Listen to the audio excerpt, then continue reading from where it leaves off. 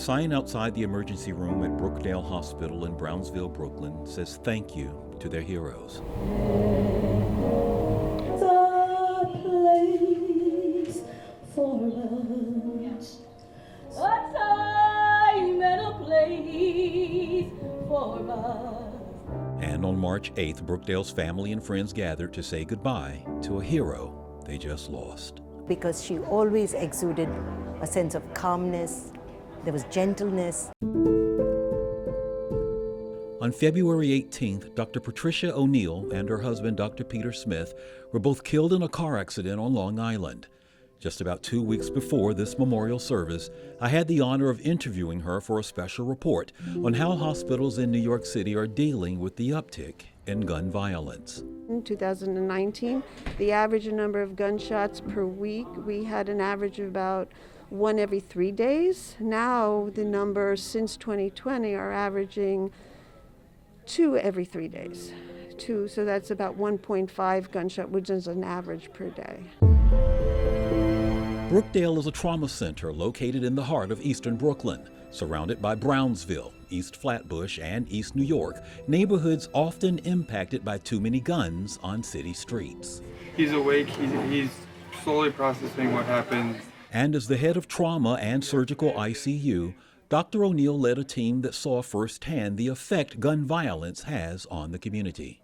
I always remind my junior colleagues, we're not the judges or the jury, that comes later. So when an individual who's been involved in criminal activity comes in, we don't see it as any different.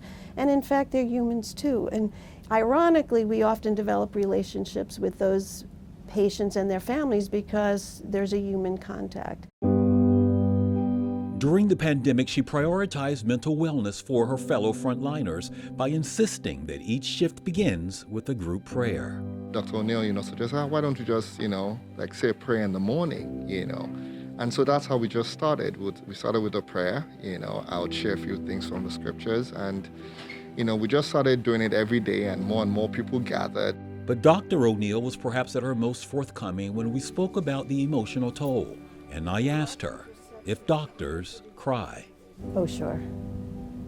Maybe we don't show it publicly, but yes, I've actually teared up many times when I've had to give family bad news, and they're dealing with the shock of someone who was perfectly fine hours before, and now they come and they have the shock of knowing that one of their loved ones has expired. There have been times when I've teared up trying to give them the information, absolutely. I'll miss you every day, but I know you'll do me and the department the strength we need to march ahead. I know that you will look down upon us with your kind heart. A caring heart that was honored with numerous awards and citations, including one of the highest recognitions from the NYPD. A caring heart that touched the lives of colleagues who knew her for years. Dr. O'Neill was not only just a doctor here, she was family.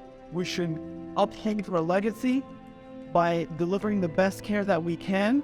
I'm there as an ambassador for Fox 5, myself and Andre Groth. A caring heart that touched the lives of complete strangers, if only for just 2 short hours. I was talking to my mom this morning, and I told her, how nervous I was, trying to figure out, the reason that you meet people, for however long. Or maybe I just needed, reaffirmation that I got into this business to tell stories about good people. From Brownsville, Brooklyn, Antwan Lewis, Fox 5 News.